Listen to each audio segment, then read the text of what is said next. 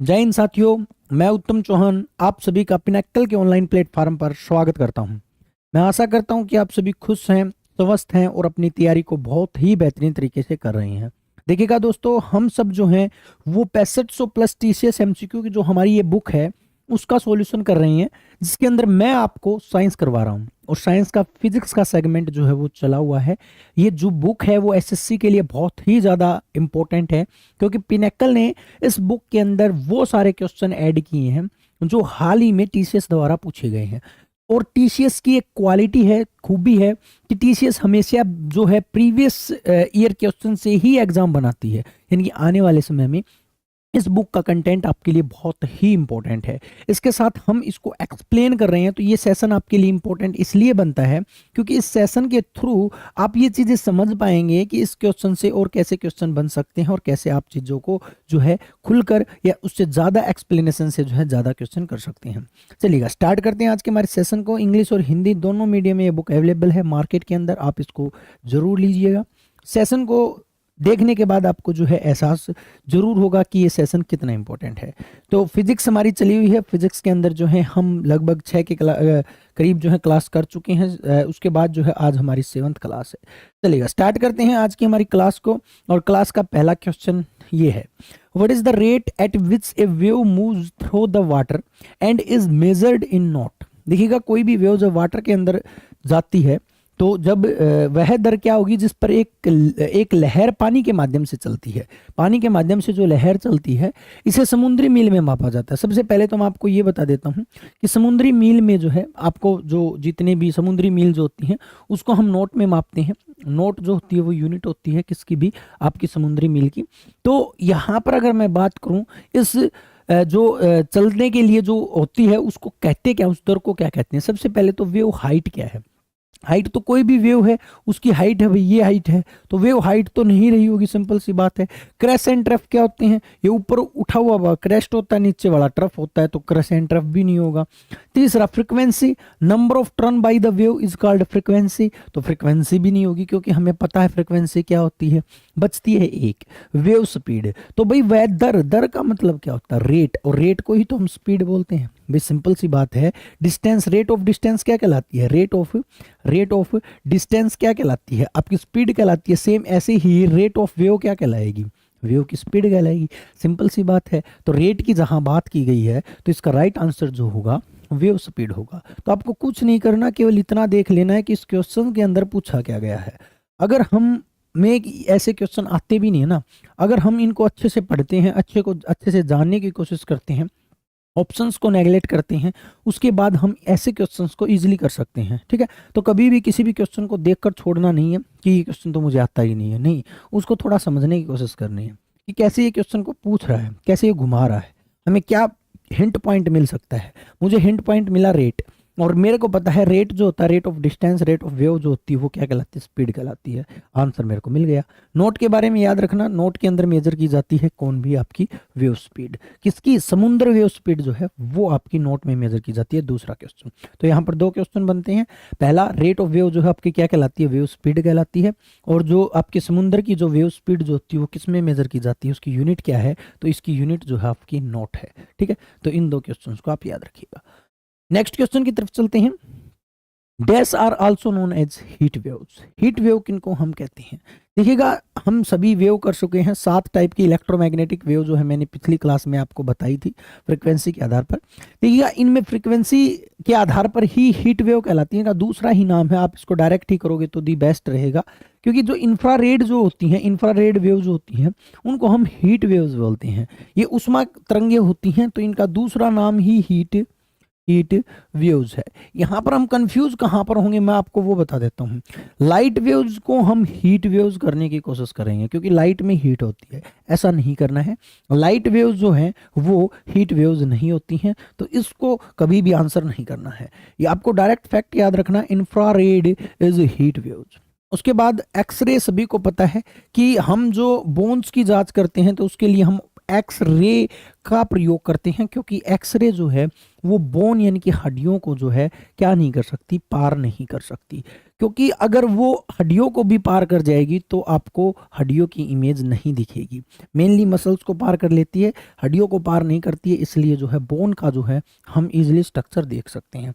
Gamma ray के पास frequency सबसे ज़्यादा होती है, फ्रिक्वेंसी ज़्यादा होने की वजह से इसके पास पेनिट्रेटिंग पावर भी सबसे ज़्यादा होगी। तो ये 2 क्वेश्चन आपसे पूछे जा सकते हैं गामा रे के बारे में। ठीक है भाई, तो ये था भाई आपका हीट वेव्स। नेक्स्ट क्वेश्चन है what are powers of earth internal heat engine. यानी कि आपसे क्वेश्चन पूछा गया है कि पृथ्वी के अंदर ऊष्मा इंजन की शक्ति किससे प्राप्त होती है।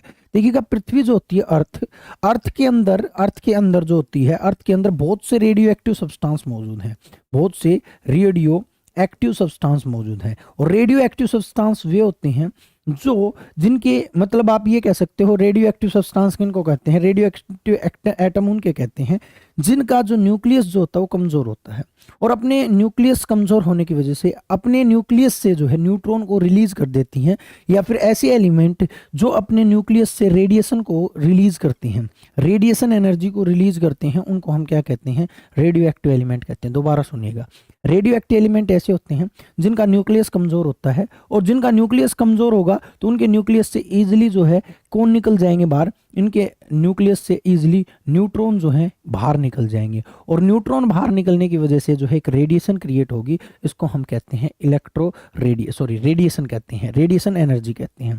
तो रेडियो एक्टिव एलिमेंट वे हैं जो रेडिएशन रिलीज करते हैं। कौन से होते हैं, तो मेनली यूरेनियम, थोरियम,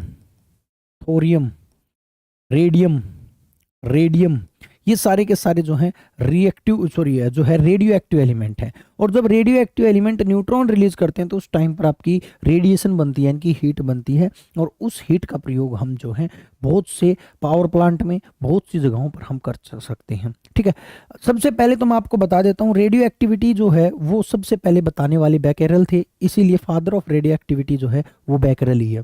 लेकिन उसके बाद थोरियम और रेडियम की डिस्कवरी जो है वो आपकी क्यूरी ने की थी, इसीलिए क्यूरी को भी जो है नोबेल पुरस्कार दिया गया था। मैडम क्यूरी सभी जानते होंगे।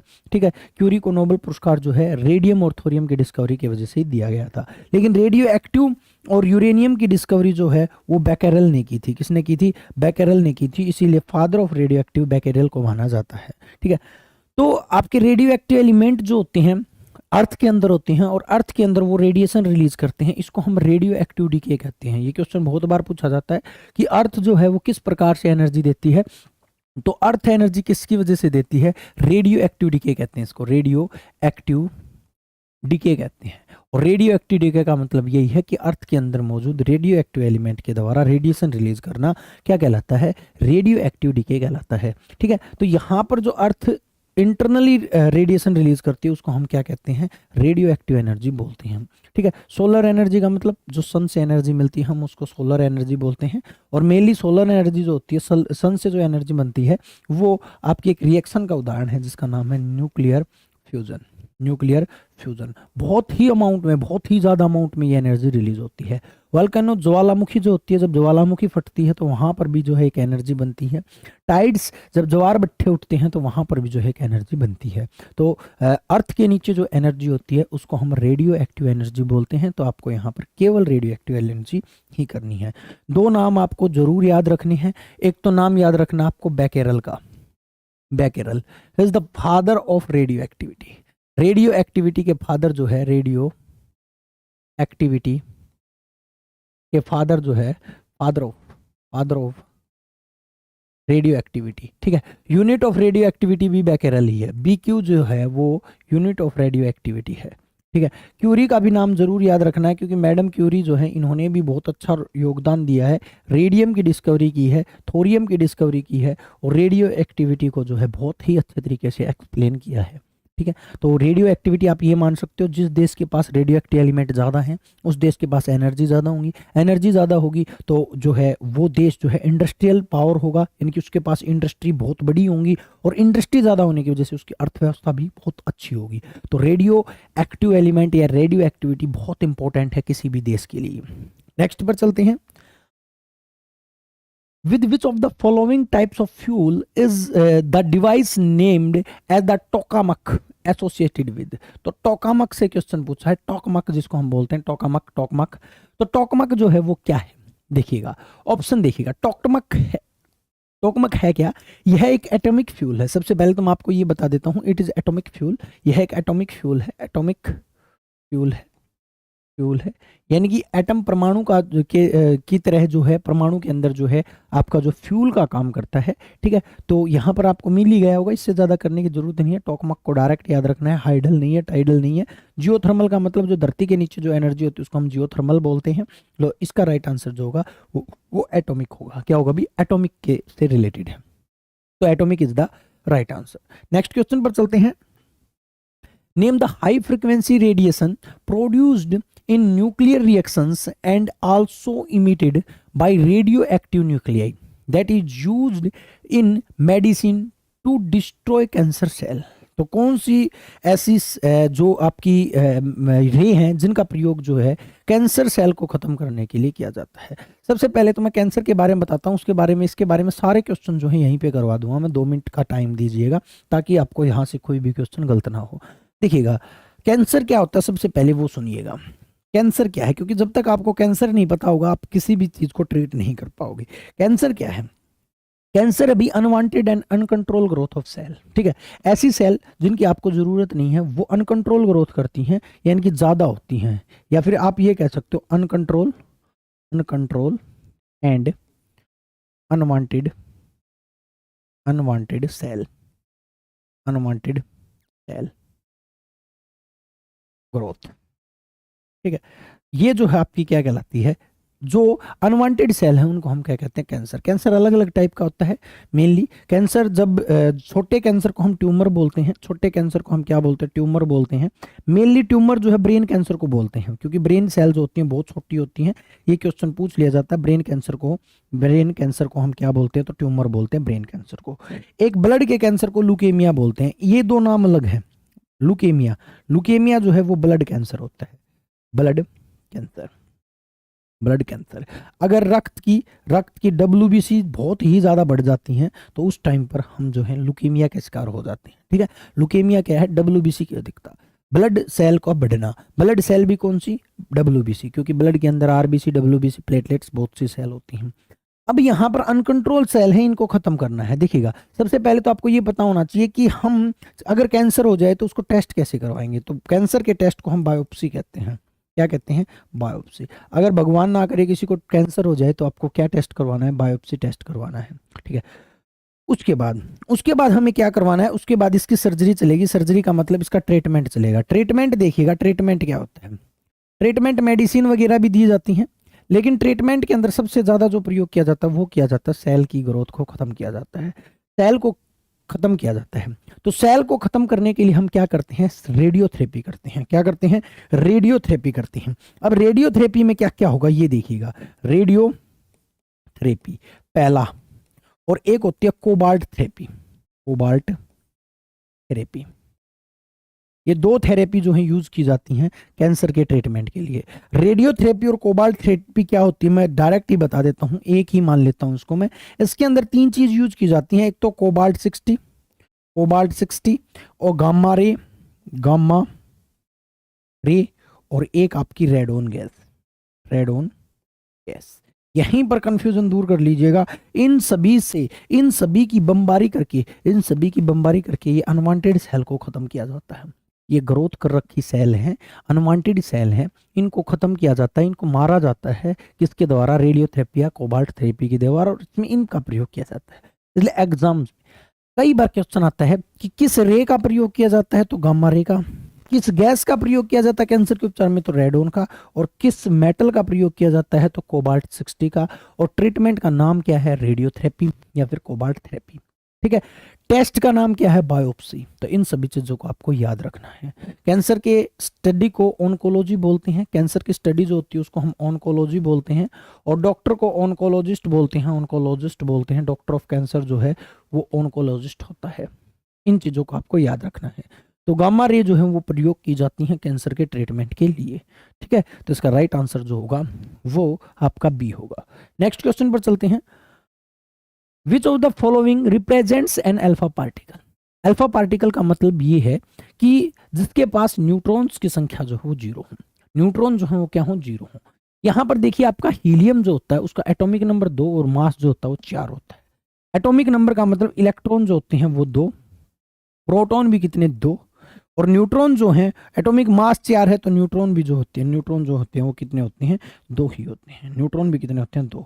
यानी कि आप ये कह सकते हो जिनके पास इलेक्ट्रॉन प्रोटॉन न्यूट्रॉन सभी चीजें सेम हैं, 2 2 2 सभी चीजें हैं, ठीक है। तो इसको हम क्या कहते हैं, ये पार्टिकल जो है अल्फा पार्टिकल कहलाते हैं। तो अल्फा पार्टिकल यहाँ पर आपका क्या है, 2 4 हीलियम, 2 4 हीलियम, क्योंकि हीलियम जो एटम जो होता है आपका, हीलियम जो होता है, हीलियम हीलियम इसका एटॉमिक नंबर जो होता है, एटॉमिक नंबर परमाणु संख्या, एटॉमिक नंबर परमाणु संख्या जिसको हम Z से निरूपित करते हैं, 2 होता है, और एटॉमिक मास जो होता है वो आपका कितना होता है, 4 होता है, ठीक है। और न्यूट्रॉन 2, इलेक्ट्रॉन 2, प्रोटॉन भी कितने होते हैं, 2 होते हैं। इनको हम क्या कहते हैं, अल्फा पार्टिकल कहते हैं। सभी को पता होगा हीलियम जो है एक इनर्ट गैस है जो कभी भी किसी के साथ रिएक्शन नहीं करती, it is inert gas, inert gas है। नोबल गैस इसको हम बोलते हैं। ये बहुत ही हल्की गैस है, इसीलिए गुब्बारों में भरने के लिए इसका प्रयोग किया जाता है। उसके साथ जो आपके हॉस्पिटल के सिलेंडर हैं, ऑक्सीजन के साथ जो है हीलियम भरी जाती है। तो हीलियम बहुत ही इंपॉर्टेंट है, तो आपको याद रखना है। इसका राइट आंसर जो होगा वो क्या होगा, D is the right answer. चलिएगा नेक्स्ट क्वेश्चन पर चलते हैं। नेक्स्ट क्वेश्चन है फेमस, आपसे मतलब साइंटिस्ट के नाम पूछे हैं, ये शायद आपकी डिस्कवरीज आ गई हैं, चैप्टर का नाम डिस्कवरीज है। इनमें ज़्यादा कुछ समझाने का नहीं है, मैं जल्दी जल्दी इसको अब कंप्लीट करवा दूंगा, क्योंकि डिस्कवरीज जो हैं, डिस्कवरी जो हैं, किसकी डिस्कवरी किसने की, इसमें क्या समझाना है भाई।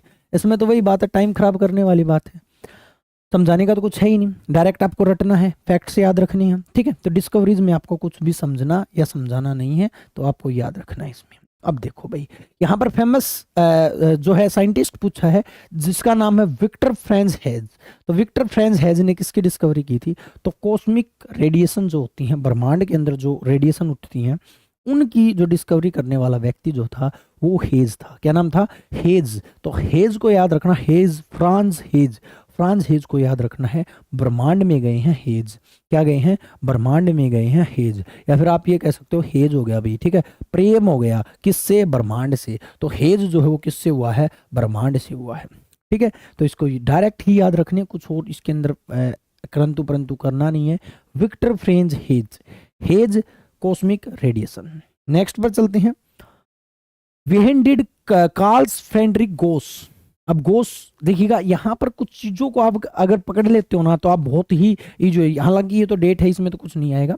गोस जो है आपको पता होगा, गोस किसकी यूनिट है, गोस जो है मैग्नेटिक, मैग्नेटिक फील्ड की, फील्ड की, फील्ड की सीजीएस यूनिट है। सीजीएस यूनिट जो है वो गोस है, सभी को पता है। तो गोस जो है मैग्नेटिक फील्ड की सीजीएस यूनिट है, और वेबर जो है साइंटिस्ट के नाम, ये दोनों के दोनों, ये मैग्नेटिक फ्लक्स की है, ये मैग्नेटिक फ्लक्स की एसआई यूनिट है। यानी कि इन दोनों ने मैग्नेटिज्म के बारे में डिस्कवरी की होगी। Invents the world first electromagnetic telegraph. पहला क्वेश्चन कि जो आपका इलेक्ट्रोमैग्नेटिक टेलीग्राफ जो है उसकी डिस्कवरी किसने की, तो इलेक्ट्रोमैग्नेटिक टेलीग्राफ की डिस्कवरी जो है वो गोस और वेबर ने की। पहला क्वेश्चन कब की, ये क्वेश्चन दूसरा क्वेश्चन बनता है। तो 1833 में जो है इलेक्ट्रोमैग्नेटिक टेलीग्राफ की डिस्कवरी जो है वो गोस और आपके वेबर, इन दोनों ने मिलकर की। बिल्कुल सिंपल है, इससे सिंपल नहीं हो सकता। तो गोस और आपके वेबर जो हैं, इन दोनों ने मिलकर 1833 में इलेक्ट्रोमैग्नेटिक टेलीग्राफ की जो है डिस्कवरी की। नेक्स्ट पर देखिएगा, in which year did the English scientist name Michael Faraday. देखिए माइकल फेराडे ने जो है इलेक्ट्रोमैग्नेटिज्म की डिस्कवरी की थी। सबसे पहले तो आपको ये पता होना चाहिए, डिस्कवर द बेंजीन, इसने बेंजीन की भी डिस्कवरी की थी, C6H6 की भी डिस्कवरी की थी। In the illuminating gas, illuminating मतलब चमकदार जो गैस होती है, उसके अंदर बेंजीन की डिस्कवरी की। दो क्वेश्चन बनते हैं, फेराडे ने किसकी डिस्कवरी की, बेंजीन की। बेंजीन की डिस्कवरी फेराडे ने की, इसने इलेक्ट्रोमैग्नेटिक की भी डिस्कवरी की थी। दूसरा क्वेश्चन कब की, तो इसने जो है डिस्कवरी 1825 में की। इसने 1825 ने जो है आपके माइकल फेराडे ने किसकी, बेंजीन की डिस्कवरी की। तो इसको याद रखना है, बेंजीन की डिस्कवरी कब की गई, 1825 में की गई। नेक्स्ट क्वेश्चन पर देखिएगा, अगर बेंजीन से और केमिस्ट्री में देखेंगे बेंजीन के क्वेश्चन, यहां पर इतना ही बहुत है। As per physicists and their major contributions and discoveries which of the following pair is incorrect, कौन सा पेयर जो है आपका इनकरेक्ट है। चलिएगा देखते हैं, बहुत से क्वेश्चन यहाँ पर हो जाएंगे क्योंकि यहाँ पर हर क्वेश्चन, 3 क्वेश्चन तो सिंपल सी बात है, ठीक है, चौथा मैं करवा दूंगा। जॉन बार्डीन के नाम के व्यक्ति जो थे, उन्होंने थ्योरी ऑफ कंडक्टिविटी दी, बिल्कुल ठीक है भाई, मतलब सुपर कंडक्टर जिनको हम बोलते हैं, सुपर कंडक्टिविटी की थ्योरी किसने दी, ये बार्डीन ने दी। यानी कि जहां पर आर जीरो होता है उसको हम सुपर कंडक्टर बोलते हैं, रेजिस्टेंस जीरो होता है उसको हम सुपर कंडक्टर बोलते हैं। ये सारी थ्योरी जो है किसने दी, बार्डीन ने दी। तो बार्डीन सुपर कंडक्टर, बिल्कुल ठीक है, ये बिल्कुल ठीक है। उसके बाद लुइस विक्टर डे ब्रोगली जो थे, उन्होंने वेव नेचर ऑफ मैटर बताया, बिल्कुल ठीक है भैया, कि ब्रोगली नाम के व्यक्ति जो थे उन्होंने वेव नेचर ऑफ मैटर बताया। तो वेव नेचर ऑफ मैटर किसने बताया, ब्रोगली ने बताया, तो ये भी बिल्कुल ठीक है। विक्टर फ्रांस हेज किससे हेज हुआ था, ब्रह्मांड से हेज हुआ था, हेज हुआ था ब्रह्मांड से, यानी कि कॉस्मिक रेडिएशन किसने डिस्कवर की, हेज ने, ये भी बिल्कुल ठीक है। तो आंसर तो आपका डी ही हो गया, बिल्कुल ठीक है, कि पोल डिराक ने लिक्विड हीलियम की डिस्कवरी की। नहीं भी, देखिएगा पोल डिराक जो है ना, डिराक इक्वेशन आपने सुनी होगी, नहीं सुनी है तो मैं आपको बता देता हूं। डिराक इक्वेशन का संबंध किससे है, डिराक इक्वेशन जो है आपकी क्वांटम थ्योरी से संबंधित है।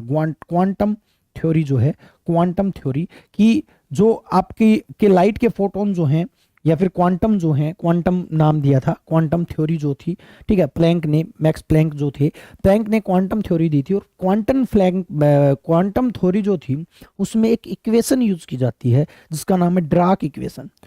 तो पोल डिराक ने जो है क्वांटम थ्योरी के अंदर यूज होने वाली डिराक इक्वेशन को दिया था। तो आपको डायरेक्ट याद रखना है, लिक्विड हीलियम बिल्कुल गलत है, तो इसका राइट आंसर जो होगा वो डी होगा, क्योंकि इसने यही पूछा है कि कौन सा इनकरेक्ट है, तो इनको हटाओ और इसका राइट आंसर क्या कर दो, डी जो है इसका राइट आंसर हो जाएगा। D is the right answer. क्या हुआ भाई, डी जो होगा इसका राइट आंसर हो जाएगा, ठीक है भाई। चलिएगा नेक्स्ट क्वेश्चन को देखते हैं। In the earlier 19th century which demonstrated that there are 14 space lattices or the regularly repeated arrangement of points in space that differ in symmetry and geometry। Question क्या है, 19वीं शताब्दी की शुरुआत में किसने यह प्रमाणित किया कि 14 आकाशीय जालक या अंतरिक्ष में बिंदुओं की नियमित पुनरावृत्ति व्यवस्था है जो समरूपता और ज्योमिति में भिन्न है। यानी कि ब्रह्मांड की इस चीज के बारे में, यानी कि ये जो अंतरिक्ष में बिंदुओं की नियमितता के बारे में, व्यवस्था के बारे में बताने वाले व्यक्ति का नाम क्या था, ये आपको बताना है। आपको एज ए फैक्ट रखना पड़ेगा और कुछ है नहीं। अगस्टे जो आपके ब्रावेज जो हैं, इन्होंने इस बात को बताया था। अगस्त याद रखियो, अगस्त के अंदर क्या बताया गया था, अगस्त के अंदर जो है 14 आकाशीय जालकों के बारे में या अंतरिक्ष में बिंदुओं की नियमितता के बारे में बताया गया था। अगस्त में क्या बताया गया था, 14 आकाशीय जालकों जिनको हम लैटिस बोलते हैं, और अंतरिक्ष में बिंदुओं की बिंदु जो होते हैं, पॉइंट्स की पुनरावृत्ति की व्यवस्था को बताया गया था। ठीक है, तो आपको याद रखना अगस्ते। नेक्स्ट देखिएगा, नेक्स्ट अभी आपका Hideki Yukawa who received a Nobel prize in 1949 is well known for which discovery. तो आपके जो आपके साइंटिस्ट हैं उनका नाम है युकावा। युकावा जो थे उन्होंने किसकी डिस्कवरी की, तो युकावा नाम के व्यक्ति ने जो है nuclear force, theory of nuclear force की डिस्कवरी की थी। परमाणु जो बल होते हैं उनका सिद्धांत जो है वो दिया था किसने भी, युकावा ने। Hideki Yukawa discover the theory of nuclear force. Theory of nuclear force is discovered by Hideki Yukawa. तो C is the right answer. Next question पर चलते हैं। इन 1887 whose experiment was an attempt to find the velocity of earth with respect to hypothetical luminiferous ether। ठीक है, 1887 में इनमें से किसके द्वारा किया गया प्रयोग काल्पनिक प्रकाशवाही यानी कि ल्यूमिनिफेरस जो है इथर के संबंध में पृथ्वी वेग को खोजने का प्रयास किया। तो इथर के संबंध में पृथ्वी की वेलोसिटी किसने डिस्कवर की, डायरेक्ट क्वेश्चन है। तो ये दो व्यक्ति से, एक का नाम था आपका मिशेल्सन और दूसरे का नाम था मार्ले। मिशेल्सन एंड मार्ले जो थे, इन दोनों व्यक्तियों ने मिलकर किसकी डिस्कवरी की थी, इनने इथर के संबंध में पृथ्वी के वेग की डिस्कवरी की थी। ठीक है, तो पृथ्वी के वेग की डिस्कवरी करने वाले किसके संबंध में, ईथर के वेग में किस कौन थे, वो आपके मिशेल्सन एंड मार्ले थे। नेक्स्ट पर चलिएगा। Which scientist suggested that the magnet must also exert an equal and opposite force on the current carrying conductor? बहुत ही इंपॉर्टेंट है। इस वैज्ञानिक ने यह सुझाव दिया कि चुंबक को भी धारावाही चालक का पर समान और विपरीत बल लगाना चाहिए। तो चुंबक को जो है विपरीत फोर्स लगाना चाहिए, ये बात जो है किस साइंटिस्ट ने बताई। तो आपको एक बात याद रखनी है, यहाँ पर फेराडे आप ये मत कर देना कहीं इलेक्ट्रोमैग्नेटिज्म फेराडे था तो फेराडे यहाँ पर कर दो, नहीं। इस बात के बारे में देखिएगा, जो इलेक्ट्रिसिटी के बारे में बताने वाले व्यक्ति जो थे, इलेक्ट्रिक करंट के बारे में जिसने बताया वो नाम था एम्पियर साहब। तो एम्पियर ने ही ये बात बताई थी कि चुंबक को भी जो है धारावाहिक चालक पर समान और विपरीत बल लगाना चाहिए। ठीक है, तो ये बात जो बताने वाले जो थे वो एंड्रे मैरी एम्पियर थे। एम्पियर, जिनकी एम्पियर किसकी यूनिट है, भी सभी को पता है, इलेक्ट्रिक करंट आई की जो यूनिट है, इलेक्ट्रिक करंट की जो यूनिट है वो एम्पियर है। ठीक है, तो इसको याद रखना है, ज्यादा इसमें कुछ है नहीं। नेक्स्ट क्वेश्चन पर चलते हैं। Next, who found an empirical relationship between the half-life of alpha decay and the energy of emitted alpha particle in 1911? देखिए 1911 में अल्फा 6 के अर्ध आयु काल व उत्सर्जित अल्फा कणों की ऊर्जा के बीच एक प्रयोग सिद्ध संबंध किसने खोजा। तो इनके बीच जो प्रयोग सिद्ध संबंध जो था, आप याद रखिएगा, अल्फा डीके से रिलेशन जो था, अल्फा डीके के बारे में बताने वाला व्यक्ति जो थे वो गिगर और नटल थे। गिगर और नटल थे। तो Nuttall and Geiger is the right answer. Nuttall and Geiger is the right answer. तो नटल और गिगल जो थे उन्होंने अल्फा डीके के बारे में बताया था। ठीक है, एसएससी सीजीएल टायर 2 में साइंटिस्ट के नाम से बहुत ही ज्यादा क्वेश्चन पूछे गए थे, और मैं दावे के साथ कह सकता हूं कि आने वाला जो टायर 2 है उसमें भी जो है ये ही प्रीवियस ईयर के क्वेश्चन पूछे जाएंगे, क्योंकि बार बार अलग अलग क्वेश्चन नहीं पूछती टीचर, सेम क्वेश्चन पूछती है। जो प्रीवियस ईयर करके जाते हैं एसएससी के स्टूडेंट वो सबसे ज्यादा फायदे में रहते हैं।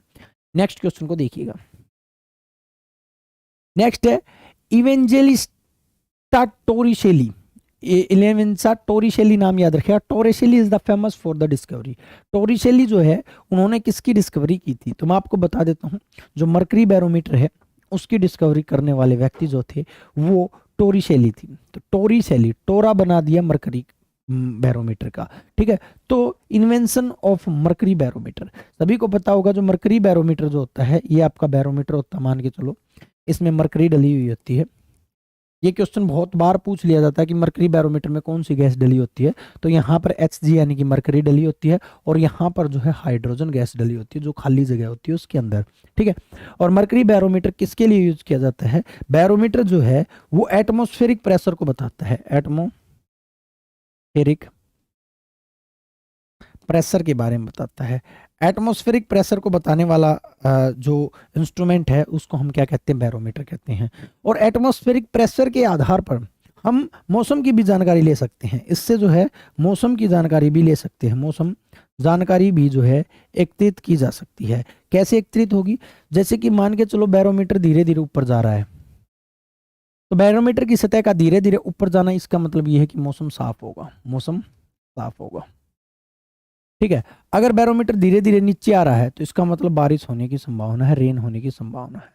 अगर एकदम से ऊपर एकदम से नीचे, एकदम से ऊपर एकदम से नीचे हो रहा है, ऊपर नीचे हो रहा है, तो इसका मतलब आंधी तूफान आने की संभावना है। ये 3 संभावना दिखाता है आपका जो बैरोमीटर की सतह। ठीक है, तो इसको याद रखिएगा। बैरोमीटर जो है, मर्करी बैरोमीटर जो है वो किसने की, टोर बना दिया, किसने भी, टोरिशेली ने, टोर बना दिया टोरिशेली ने, किसका, मर्करी बैरोमीटर का। ठीक है, तो barometer is the right answer. Next question पर चलते हैं। In 1664 who discovered the 5th star in the Trapezium. Trapezium जो है ब्रह्मांड के अंदर है, ट्रोपेजियम में 5वें तारे की खोज जो है वो किसने की, एन एस्टेरिज्म द कॉन्स्टेलेशन ओरियन, यानी कि जो नक्षत्र ओरियन में एक तारामंडल है, एक तारामंडल के अंदर जो नक्षत्र ओरियन में एक तारामंडल है, नक्षत्र ओरियन है, ओरियन के अंदर एक तारामंडल है, और तारामंडल में जो है आपके ट्रेपेजियम है, और ट्रेपेजियम में आपका 5वां तारा है। तो ट्रेपेजियम का जो 5वां तारा, 5th स्टार जो है वो किसने डिस्कवर किया, तो इसकी डिस्कवरी है ना, एक तवज्जो होगा कि इसकी डिस्कवरी जो है एक बायोलॉजी के जो है साइंटिस्ट ने की थी, यानी कि फिजिक्स की डिस्कवरी बट की किसने, बायोलॉजी के साइंटिस्ट ने। नाम क्या है, नाम है भी आपका हुक।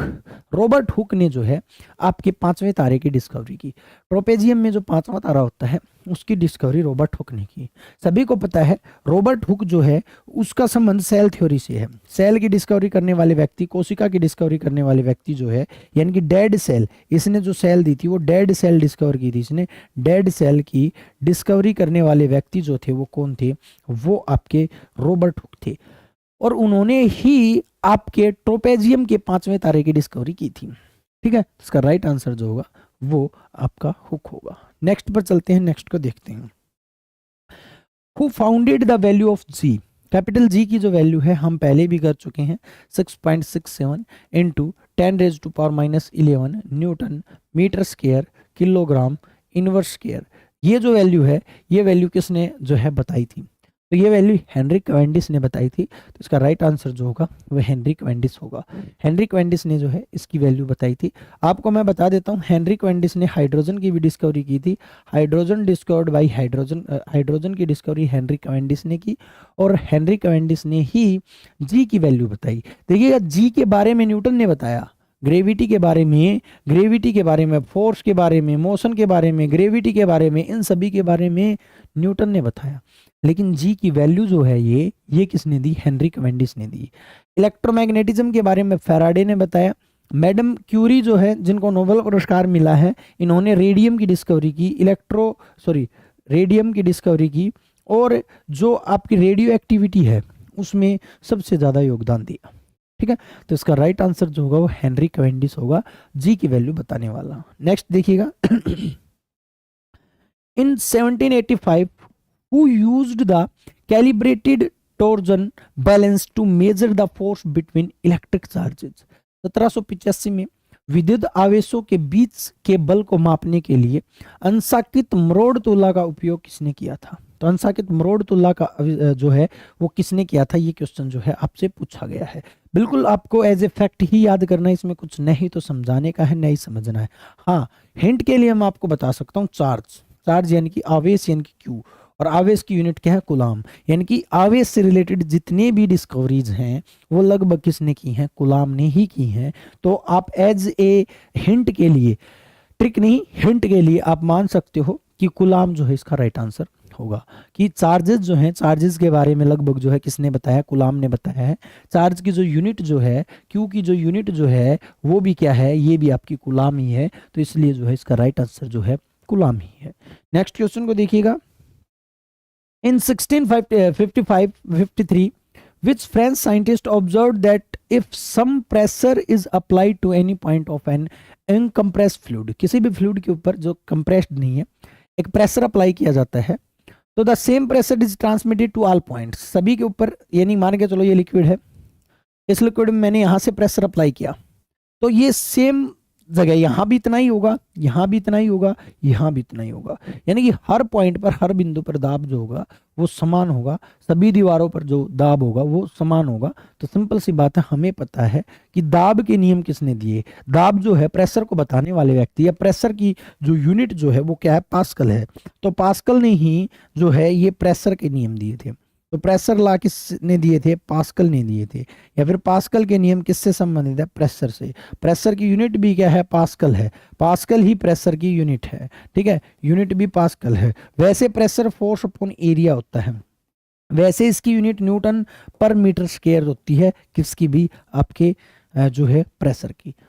ठीक है, तो इसका राइट आंसर सी होगा। तो आपके प्रेशर के बारे में बताने वाला कि एक जगह पर हम प्रेशर लगाते हैं, एक पॉइंट से प्रेशर लगाते हैं, तो किसी भी लिक्विड के अंदर एक पॉइंट पर प्रेशर लगाने पर उसकी सभी दीवार, जिस बर्तन में वो लिक्विड है उनकी सभी दीवारों पर सेम प्रेशर लगता है। ये बात किसने बताई, ये आपके ब्लेज पास्कल ने बताई। नेक्स्ट क्वेश्चन देखिएगा, हु रिसीव्ड ए नोबेल पुरस्कार in 1906 for recognition of great merits of his theoretical and experimental investigations on the conduction of electricity by gases। यानी कि खोज देखिएगा, खोज इसने क्या किया, किस महान काम को किया, गैसों द्वारा बिजली का संचालन। बस सिंपल सी बात है, conduction of electricity bye gases, गैसों के द्वारा बिजली का जो चालन है उसके बारे में बताने वाले व्यक्ति जो हैं वो कौन है। बस सिंपल कंसेप्ट है और कुछ नहीं है। अब देखो यहां पर वोल्टा बैटरी की डिस्कवरी की है, आइंस्टीन रिलेटिविटी की डिस्कवरी की है, जे जे थॉमसन इलेक्ट्रॉन की डिस्कवरी की है, एम्पियर इलेक्ट्रिक करंट के बारे में बताया है। लेकिन यहाँ पर 90% स्टूडेंट सोचेंगे सर एम्पियर है और इलेक्ट्रिक करंट के बारे में पूछा गया है, इलेक्ट्रिसिटी तो एम्पियर ने दी थी। नहीं, जो आपका conduction of electricity in gases जो है वो आपके जे जे थॉमसन साहब ने दिए थे। किसने दिए थे? जे जे थॉमसन नाम के व्यक्ति ने दिए थे।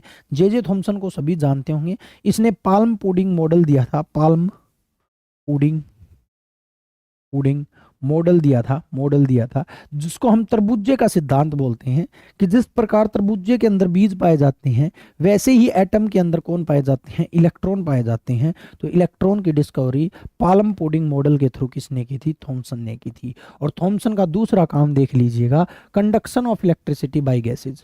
तो बाई गैसेज यानी कि गैस के द्वारा जो इलेक्ट्रिसिटी का कंडक्शन है वो किसने दिया है? वो जे जे थॉमसन ने दिया है। नेक्स्ट क्वेश्चन पर चलिएगा। In 1820, who found that electric current causes a nearby magnetic needle to move and thus discovered the electromagnetism? तो डायरेक्ट है, कुछ नहीं करना है। इलेक्ट्रोमैग्नेटिज्म की डिस्कवरी जो है वो किसने की है? ये आपसे क्वेश्चन पूछा गया है। इलेक्ट्रोमैग्नेटिज्म के बारे में किसने बताया है और किस आधार पर बताया ये भी आप देख लीजिएगा। किस आधार पर देखा था कि विद्युत धारा नजदीकी चुंबकीय सुई को गतिमान करती है। जैसे ही हम इलेक्ट्रिक करंट के पास कोई भी सुई रखते हैं, मैग्नेटिक सुई, तो वो जो है क्या करेगी? इसको गतिमान कर देगी। तो इस चीज के बारे में, इसके ऊपर जो है इलेक्ट्रोमैग्नेटिज्म किसने डिस्कवर किया था? अब यहां पर देखिएगा, इसका राइट आंसर जो होगा वो ओर्स्टेड होगा। क्या होगा? ओर्स्टेड होगा। तो आपके Christian Oersted is the right answer. Christian Oersted is the right answer. तो आपके इलेक्ट्रोमैग्नेटिज्म के बारे में हंस क्रिश्चियन ओर्स्टेड जो होगा राइट आंसर होगा। नेक्स्ट क्वेश्चन को देखिएगा। Who was the famous for inventing the power battery? Power battery, तो बैटरी वोल्टा ने जो है किसकी डिस्कवरी की थी? पावर बैटरी की जो है डिस्कवरी की थी। तो बस और कुछ करना ही नहीं है। इलेक्ट्रिसिटी में यूज हुई थी, 1800 में हुई थी, ये सारी चीजें बातें हैं। तो देख लीजिएगा, पावर बैटरी का जो यूज जो है, सॉरी डिस्कवरी जो है वो वोल्टा ने की थी। किसने की थी? एलेसेंड्रो वोल्टा ने की थी। माइकल फैराडे, उसके बाद जो है गैल्वानी, बैकरेल, रेडियो एक्टिविटी के फादर, ठीक है, ये सारे व्यक्ति हैं, इनको भी आप देख लीजिएगा। नेक्स्ट क्वेश्चन देखिएगा। फिलोसॉफी नेचुरलिज प्रिंसिपिया मैथमेटिका, ठीक है, ये आपकी बुक का नाम है। ठीक है, प्रिंसिपिया, जिसको हम सिंपल शब्दों में प्रिंसिपिया कहते हैं, न्यूटन ने इस बुक को दिया था। पूरी बुक का नाम देख लिया, फिलोसॉफी न्यूट्रलिस प्रिंसिपिया मैथमेटिका। ठीक है, न्यूटन ने दिया था। न्यूटन ने अपने 3 लॉ जो है मोशन के इसी में डिस्क्राइब कर रखे हैं। पॉपुलर नोन एज प्रिंसिपिया, जो प्रिंसिपिया के रूप में नोन है। इन 1687 is great work of which scientist? तो प्रिंसिपिया किसके बारे में बताती है? लॉ ऑफ मोशन के बारे में बताती है। लॉ ऑफ मोशन, 3 लॉ बताती है मोशन के। ठीक है, और ये जो है आपके आइजैक न्यूटन ने जो है इसको दिया है। तो इससे आसान क्वेश्चन में भी नहीं हो सकता। बस आपको ये पता होना चाहिए कि प्रिंसिपिया बुक है, ये बुक है। ठीक है, ये प्रिंसिपिया नाम की बुक जो है वो किसने दी थी? ये जो आपके न्यूटन ने दी थी। और इसका रिलेशन, इसका संबंध जो है वो किससे है? तो इसका संबंध जो है आपके लॉ ऑफ मोशन से है। ठीक है, न्यूटन लॉ से है। नेक्स्ट देखिएगा। नेक्स्ट एंड आज का जो हमारा लास्ट क्वेश्चन है, Who was the famous for invention of vacuum pump in 17th century and also pioneered the concept of absolute vacuum of space, measured the weight of air and used a air pressure to predict the weather? यानी कि 17वीं शताब्दी में vacuum pump का आविष्कार। बस simple तो यही है कि वैक्यूम पंप का आविष्कार किसने किया, क्या काम आता है, ये देख लीजिएगा। सबसे पहले अंतरिक्ष की पूर्ण निर्वात का अवधारणा दी थी, हवा के भार का माप किया था और मौसम की भविष्यवाणी करने के लिए हवा के दाब का इस्तेमाल किया था। ठीक है, मौसम की भविष्यवाणी के लिए जो एटमॉस्फेरिक प्रेशर बैरोमीटर जिसके ऊपर बना है, इसके बारे में भी जो है इसने ही बताया था। तो उस व्यक्ति का जो है नाम क्या है, ये क्वेश्चन आपसे पूछा है। तो यूरिके नाम याद रखना है, ओट्टो वोन यूरिके। ओट्टो वोन यूरिके ने जो है आपके वैक्यूम पंप की डिस्कवरी की थी। डायरेक्ट क्वेश्चन तो यही है कि वैक्यूम पंप की जो है डिस्कवरी किसने की? तो यूरिके नाम के व्यक्ति ने जो है आपका, ओट्टो वोन यूरिके। तो वो वैक्यूम पंप की डिस्कवरी जो है ऑटोमेटिक हो गई थी, ऑटो वॉन अपने आप हो गई थी, ऐसे मान के चलो, ठीक है। तो ऑटो वॉन ग्यूरी के ने जो है वैक्यूम पंप की डिस्कवरी की और उसके आधार पर क्या क्या काम किए, ये सारे क्वेश्चन हैं। तो आज के क्वेश्चन 175 यहीं पर समाप्त करने पड़ेंगे और चाहेंगे जाने की अनुमति और मिलेंगे हमारे नेक्स्ट लेक्चर के साथ। आज के लिए इतना ही। जय हिंद साथियों।